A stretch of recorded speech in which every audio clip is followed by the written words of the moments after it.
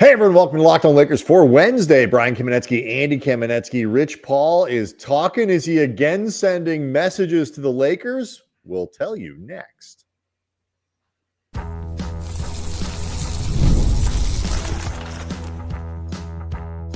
You are Locked On Lakers, your daily Los Angeles Lakers podcast, part of the Locked On Podcast Network, your team every day.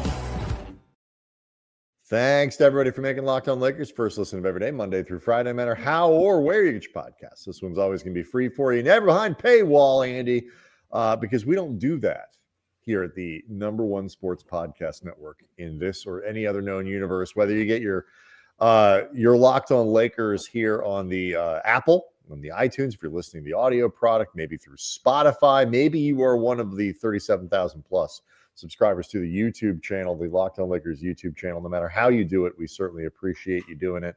Going to get you ready for Wednesday night's big Cup game, the Cup quarterfinal against the Spurs, visiting no Wemby, but Stephon Castle and Dylan Harper are both back for the Spurs. So they are more healthy than they've been, and a formidable team with just those guys, even without Wemby. So we'll get you ready for that. Some stuff from practice on Tuesday. Andy was there.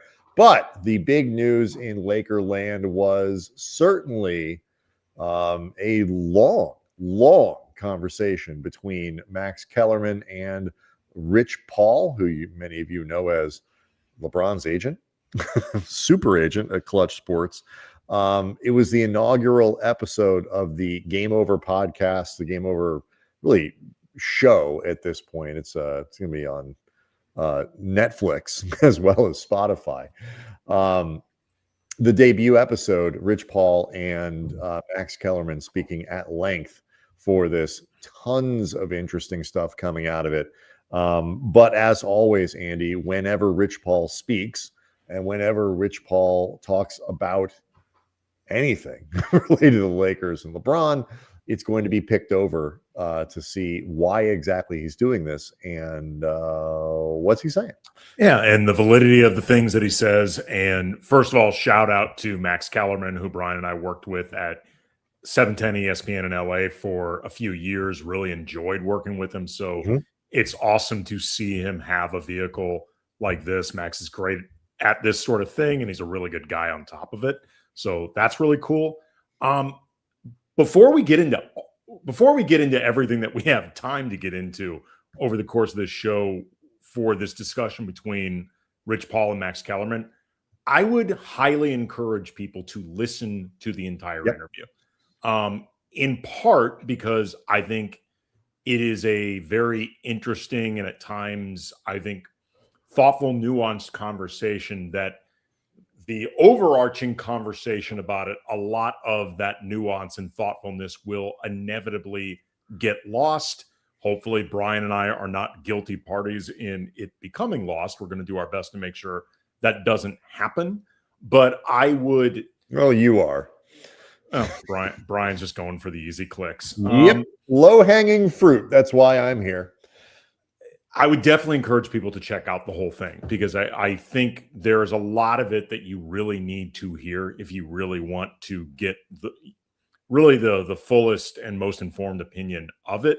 Some of the, I guess, easiest, where do you want to start with this? Because there are a lot of different we could go for the headlinier stuff. We could go for the stuff that both of us Here's what I more interesting, but might not be the most obvious headlines. Here's what I want to talk about because I want to go through kind of the obvious headlines, but not so much to break down whether or not I agree with Rich Paul over his basketball analysis, whether or not I agree with whether is he sending signals to Lakers management? Is he doing what's going on here? All that stuff. Because for me, my big takeaway here is actually not specifically about anything really that Rich Paul is saying. I actually think the context when you start to see how, what they're talking about, the environment in which they're talking sends a very different signal about what's happening, and a kind of a new signal, very reflective of where LeBron and Rich Paul are. But we'll sort of build to that. The headliney stuff, the Lakers aren't good enough to win a title. I think that's the one that jumped out to a lot of Lakers fans on social media on Tuesday. And, Rich Paul saying the Lakers as constructed wouldn't make them a championship favorite. I think everybody means when you say championship favorite, good enough to make a conference final. That's how he put it, because nobody is getting past the Thunder in the championship favorite rankings right now. It's just, are you good enough to get the opportunity to be beaten by the Thunder in the Western Conference Final? And Rich Paul said, no, this group is not. And I think that was the lead headline, and the one that stirred up the most traditional Rich Paul's trying to get the Lakers to do stuff kind of reaction. Yeah, and the reasons, by the way, that he cited for thinking that the Lakers, he said, couldn't reach the Western Conference Finals, but definitely would not end up getting out of the West, included athleticism, a lack of length, a lack of speed, shooting. These, by the way, are all things that you and I have talked about. And frankly, most people who cover this team or cover the NBA have talked about. And by the way, we say this both while thinking the Lakers are a legit team. We have said many times we don't think the 17-6 start is an illusion. We think they are a legitimately good team. They will have, I think, as good of a puncher's chance as anybody to try to upset the Thunder in terms of the teams that you would lump in, probably Denver, Houston, maybe San Antonio, maybe the Wolves. Like, as far as the teams that would have the puncher's chance against Oklahoma City, the problem is Oklahoma City, they throw really, really good punches themselves, and you need to have more than a puncher's chance if you want to believe in them. So what Rich Paul said— cross that bridge when you get there, basically. Right, of course. And look, things may change over the course of this season. There could be a trade or two made. Like, all these different things can happen. But while it is very unusual for Rich Paul, or frankly any agent, to do this type of sit down and get into this type of detail about a team as high profile as the Lakers, that has the most high profile athlete in North American sports, like, this is unusual. And some would question how good of an idea it is. What he's actually saying isn't really that much different than what anybody else has said. It is not. And, essentially the moral of the story there is that the Lakers are a team that is not really well built for the playoffs. He said they're going to, that they can run up a good record, but they're going to run into the same problems that they ran into before against long athletic teams and things like that. They are a team that is not a fraud, but they are not built as well for the postseason, because teams are going to be able to get at them the same way that Minnesota got at them, essentially. And I think, I think they're better than they were last year. I think I don't know if I entirely agree with the analysis here. I do think that I entirely agree with the idea that today's episode is brought to you by Game Time. You can download the Game Time app, create an account, use code LOCKEDONNBA for $20 off your first purchase. If they spent a lot of time on that, I totally would have agreed with Rich and Mac on this issue. The question to me becomes, is this meant to be another one of these, passive aggressive or just aggressive ways to try to get the Lakers, shake them up, got to make, take advantage of LeBron, make a big move, whatever it might be. And I got to be honest with you, and we'll talk about this more in this next segment, I don't think so. He said this already. This is not new. This is something that Rich Paul has basically said every year that the Lakers and LeBron have been there, where they weren't, clearly a title favorite, that like, hey, they've got some work to do. Or they've messaged it through reporters, right, stuff like that. Like, it's unusual for the words to be coming directly from Sure. Rich Paul's mouth. The But sentiment is not unusual. in the next segment, I'll get to that. But he's not. They've made it pretty clear. There's no expectation of LeBron James going anywhere this season. There's no expectation that LeBron James is going to ask for As a Rich trade. Paul said, where would he go? Yep. He's not going anywhere. And so they kind of, you don't make the shot across the bow by essentially disarming, which is basically what you're doing there. If you say where is he going to go, then you're not demanding anything. And that's, so I think that part of it is is overwrought. And to me, that actually gets to what I find significant about this interview. You mentioned, it's unusual for Rich Paul to be giving it. Well, the context is really unusual too. We'll get to it next. Locked On Lakers is brought to you by Mint Mobile. There is no reason to let big wireless drain your wallet, especially during the holidays when you're already spending a bleep ton of money. Right now, Mint Mobile is running their best deal of the year. All of their unlimited plans are 50% off. That means you can lock into 3, 6, or even 12 months of unlimited premium wireless for just $15 a month. It's the easiest way to take your overpriced phone bill and give it the full Scrooge treatment. And what makes this even better is how simple Mint makes the switch. There's no contracts, there's no nonsense, just real savings, real quality service that's fast and super reliable. Even on the go, you don't need to overpay to stay connected. Turn your expensive wireless present into a huge wireless savings future by switching to Mint. Shop Mint Unlimited plans at mintmobile.com/LockedOnNBA. That's mintmobile.com/LockedOnNBA. Limited time offer, upfront payment of $45 for 3 months, $90 for 6 months, or $180 for a 12-month plan is required. It's the equivalent of $15 a month. Taxes and fees on the initial plan term only. Greater than 35 gigabytes may slow when the network is busy. Capable devices required. Availability, speed, and coverage varies. See mintmobile.com. I do want to let people know about the Everydayer Club, Andy, before we get back into this LeBron, Rich Paul, Max Kellerman thing. We do, again, appreciate you making Locked On Lakers first listen of every day, and for helping make the Locked On Podcast Network the #1 sports podcast network anywhere that we've ever found. You already live the Lakers every day, and now you can take it up a level and go ad-free. So if you join the Everydayer Club, you get no interruptions, member-only Discord access, and more. It's just $5 a month, $50 a year. Again, join the Everydayer Club, $5 a month, or $50 a year. And you can check out the show notes to learn more, all of that stuff. It's a great way to get rid of some of those commercials that some people, if you judge by our comment section, they don't like. So we'll keep reminding you of it. We'll tell you how to get to the Everydayer Club, all that good stuff. But think about it, give it a shot.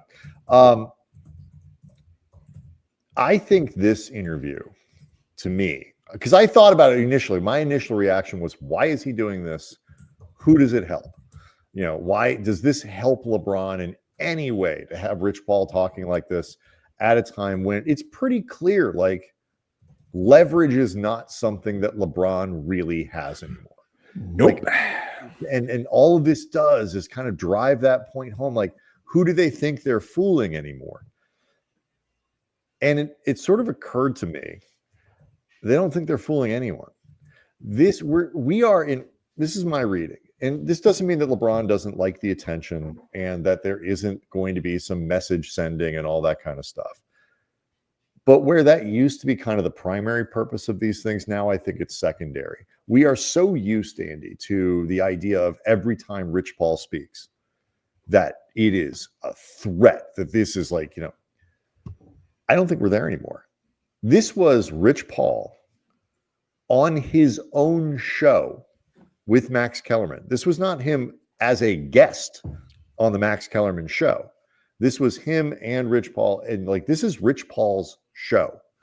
And to me, the whole presentation, speaking candidly about the Lakers, speaking candidly about LeBron, about other players, about Miami's winning culture, what makes a championship franchise, not just a winning team. Those are some of the most interesting parts of this, by the way, when he talked about why he thinks the Lakers are they're an organization with championships, but they are not a championship organization. And his distinction, in case we don't have time to get in depth with it, was yes, the Lakers obviously have a history of championships, and it's an incredible history, and it's one that the organization is rightfully very proud of. But as far as building a culture, like a championship culture that is created through details and infrastructure and smart planning, he does not think that the Lakers are really built like that, which, by the way, is something you and I have said for basically the entirety of the time we've covered this organization.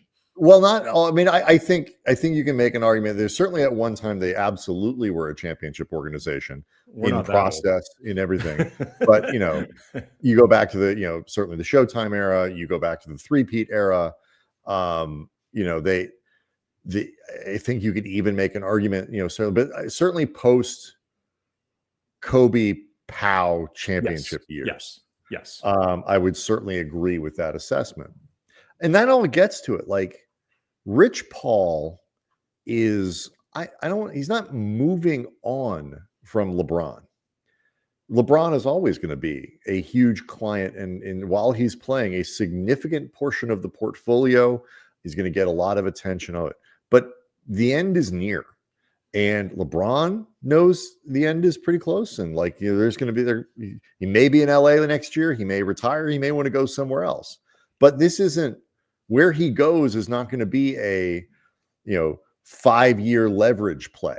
It's going to be a year or two or something like that. Rich Paul has a portfolio and has a business and an agency that is blown up to proportions well beyond LeBron, and now is speaking to and for other players, other potential clients, his other clients and things. And I see this interview that he's doing. I don't think this interview was about LeBron. I don't think this interview was intended to send signals to the Lakers or to really, threaten the Lakers or shot across. Let me finish and you can go. I think this is a Rich Paul thing. I think this is something that he wants to do. I think this is how people operate now, where they, your agent or your manager or your coach, your player, whatever, they get out, they have a podcast, they have a platform, they deliver things straight from their mouths often, as opposed to, it's unusual for an agent. But this is highly unusual. Let's not pretend this is normal. This is highly unusual. We see players now doing it. We see coaches now doing it. We see, the ecosystem of sort of who speaks and how and all these other things is just extremely different than it used to be. Clutch is involved in all kinds of things that go beyond sports and entertainment products and things like that. Like it's a diverse amount of stuff going on. And there is a separation when I see this stuff between, because we were texting back and forth. You asked the question, do you think LeBron likes this or doesn't? I don't think LeBron necessarily, I don't want to say he doesn't care, but Rich Paul's doing this, I think, not at the behest of LeBron. I think this is I think he's doing this. He's not going to say anything that's going to make LeBron furious at him, but I don't think the purpose of this, or the purpose of this interview, or the stuff he said about the Lakers, was specifically to position or angle on behalf of LeBron. I think this was about Rich Paul and Clutch going forward. And LeBron isn't really them going forward. LeBron is current and more past. Do I think that the point of this was like that? Do I think that Rich Paul sat down with Max Kellerman with the express first purpose of trying to send messages to the Lakers? No. I mean, the first purpose of this thing, if we're all being honest, was clicks. He's starting a podcast. Like, he wants to get people listening. He knows talking about the Lakers and talking about LeBron is a great way to get people listening. And some of the things that he's saying about the Lakers, if they are willing to take it at face value beyond whatever effects of messaging, there are things they actually could learn from what he says. Like, as we've talked about, there are elements of this that are actually true and no different than what you and I have been saying covering this organization for years. That being said, and we can talk about this next, I think the question of how much LeBron likes or doesn't like this, we're not going to know really until LeBron is asked about this. And for sure, then, no question. But if you are asking me whether or not I think this doesn't affect LeBron at all, or potentially create talking points for others to be asked about, we'll get into Austin Reaves. I would be surprised. That's not what I said, but that's but this is all part and parcel though of it though. Like this is the effect of it. Like the idea that there are no ripple effects from this if Rich Paul is not looking first and foremost to angle and message and try to create a power play against the Lakers, like that there aren't potential ramifications from it, is at minimum potentially wishful thinking, if not just flat out naive. Like this may create uncomfortable. I don't think Austin, we'll get into it. I doubt Austin I will say it could create uncomfortable conversations, I guess, for Austin, who is going to be asked about. Rich Paul says you should be a sixth man on a championship team. I don't think it creates uncomfortable situations for LeBron. Well, those could be different things. I mean, it could if we'll talk about it, but it could be if Austin's like, what the hell, LeBron? Like, I don't need this right now. I don't need your agent talking about how I, in a career year, should be coming off the bench. That's really none of his business. Like, I don't hear any other agent across the league talking about what, teammates. Yeah, we'll talk about that because I have thoughts about that too. All right.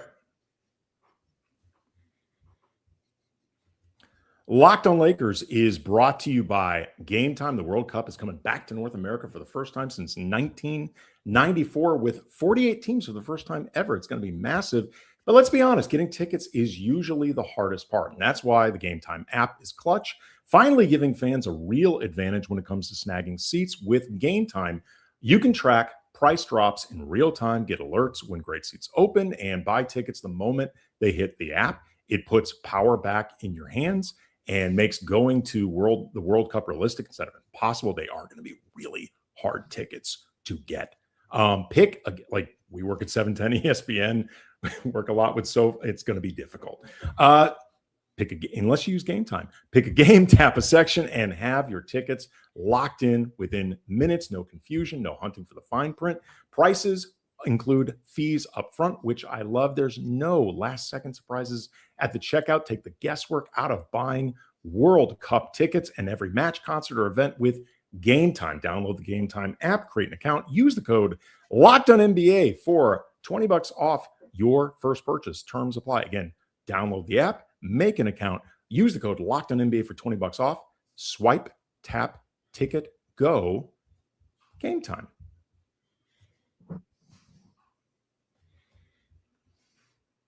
Real quick, we should make sure people know Marcus Smart is slated to play against the Spurs on Wednesday. He said during Tuesday's practice that unless he wakes up, he was a full participant in practice. Basically, unless he wakes up feeling like crap, he's going to play in this game. That's his plan right now. And, for the time being, we've talked about this before, his minutes are probably going to be monitored to some degree, although I asked him about this in so many words. He said, if they need me to play more, I'm going to play more. If they need me to play less, I'm going to play less. That's kind of what everybody is trying to do. They're going to try real hard and not make me need to play more. Right. But I asked him if there had been like a discussion about this specifically. And he said, no, but he understands that he's had some injuries heading into the season. He's had injuries the last couple of years. And if he's playing really well and there's a game where they need him to play 30 to 40 minutes, he's going to play it. If there's a game where they don't, he won't. And that's I think everybody understands what the challenge is here. And everybody has the same goal. Right. Getting back to the conversation about Rich Paul in this interview, just to set the context, Rich Paul, Max Kellerman brought up the idea of Austin Reaves, like on a contending team, as Max put it, would be a killer six-man, like properly slotted or ideally slotted. That He'd would play the Manu Ginobili role on a team like the Spurs. Yeah, they actually cited Manu Ginobili. Rich Paul did say that Austin should be paid like a starter. And, that he, to make it clear, this did not sound like him taking shots at Austin as a player or presenting him as overrated, anything like that. So it's not misconstrued. But it was, it was part of the championship culture conversation where you say on a champion in championship organizations, players with Hall of Fame skill like Manu Ginobili would agree to come off the bench because sort of the organization took care of them, but also the culture helped breed that kind of selflessness. And they also had so many flipping good players that somebody had to do something. And, Ginobili finished games and all that kind of stuff, but he was a guy who went from starting to coming off the bench. Right. And this was something that, like I said, I don't think Rich Paul presented with disrespect towards Austin, but I guarantee it is something that Austin didn't like. I guarantee his agent, Aaron Riley, did not appreciate this at all. And I would imagine there would be a part of Austin or Team Reaves thinking, dude, this is outside your lane. Like, don't be slating my client, particularly in a contract year when he's having an all-star caliber season, maybe even all NBA season. This is frankly none of your business. Like you are perhaps now lurching into a lane where you are messing with my guy's money. Even if you're suggesting that he get paid like a starter, it's going to be difficult to square the circle of a six-man making $35 to $40 million a year, which right now is the projection for Austin. I also think getting higher. If I'm LeBron, but I don't mean this as a slam on LeBron, but it's very clear. LeBron enjoys being the center of discussions. I don't think anybody would deny this. He's very comfortable in that spotlight. He's very good at doing things that are interesting in that spotlight. And quite frankly, he's one of the greatest athletes in any sport ever. He's been worth watching.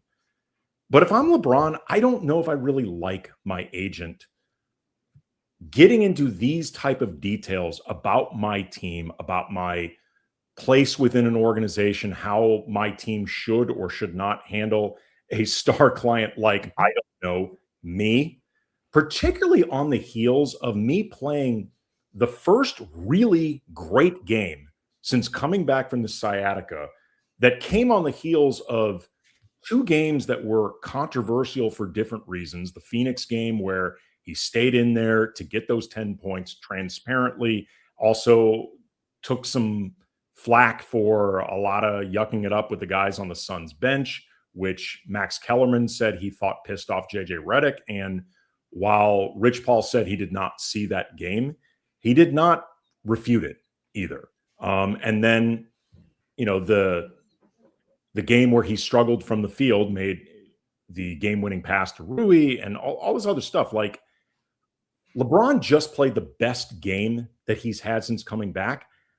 I would not want the conversation to all of a sudden even appear like, what is LeBron's agent angling for on his behalf? Like, I don't see how that really, this may not hurt LeBron, but I don't know how it helps him either. But a couple of things, that's kind of my point, is that what Rich Paul is doing is in a lot of ways separated and not about LeBron. It's about the larger. You can't disentangle it, though, because it's not going to be. Even if you can, at large it won't be. Of course that. I know. But my point is, when we're talking about sort of the purpose of these things and what is Rich Paul doing? Rich Paul is cultivating the image of Rich Paul and Clutch that he wants to cultivate. He is always I've seen a few people, we're doing this live on the YouTube channel. People like with no agent, you pointed out yourself, no agents don't do podcasts. Rich Paul's always done things a little bit differently than most of these guys. Yeah. And he's always been more public, more right. He's great at his job. He's a great talker. Like I said, that's check out this conversation. It's really good. He has been more like, you see more of Rich Paul than you see of other NBA agents. If you ask people to name NBA agents, most casual fans could probably name Rich Paul and maybe not a lot of other ones. And he has been more forward facing. He has been more, in front of cameras. He's been willing to do more of that stuff. And he's done things differently than other agents have. And I think that's the whole point. And the idea that LeBron may not love this, to me, is what sort of is why this felt like a significant thing for me as I really started to think about what might be going on here and where we are in kind of NBA history and Lakers history and how the Lakers operate and all these other things. That this is kind of, the beginning of sort of a pivot point. And, because we've talked about all this stuff like the leveragey things and this and that, it's all in the rearview mirror. Oh, absolutely. The Lakers, the minute LeBron opted in, he lost every last shred of leverage that he possibly had with this organization. And so what I think is, I think Rich Paul is not pretending that LeBron, the universe of LeBron, can move mountains like it used to, that they're going to force teams to do things that they couldn't do before or were reluctant to do in the interests of that particular client. And so this says to me that there is no arms race here or arms like with the Lakers and LeBron, that there isn't this sort of shot across the bow and all these other things. As for the Austin stuff, I think, first of all, what Rich Paul said today, or in this episode, is going to have zero bearing on how much Austin makes. Austin knows that. I don't think he's going to. I personally don't think he'll care. His agent probably didn't love it. That part I agree with, but it's also going to have zero impact on the market. I'm not saying it's going to influence Austin's perception of the league. Could it create questions that people have to answer? Is DeAndre Ayton going to have to answer a question about, being in the dunker spot instead of being in the pick? No, that's way too nuanced. Nobody's going to pay attention to that part of it. Right.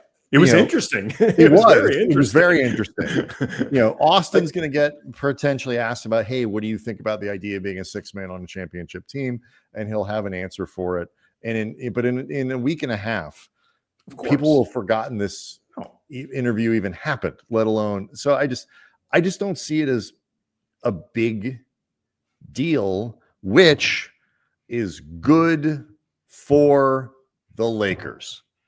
I think this era of worrying about LeBron, if it wasn't clear before, this era of worrying about LeBron, being on pins and needles around everything LeBron and Rich Paul do, of reacting to everything that is said.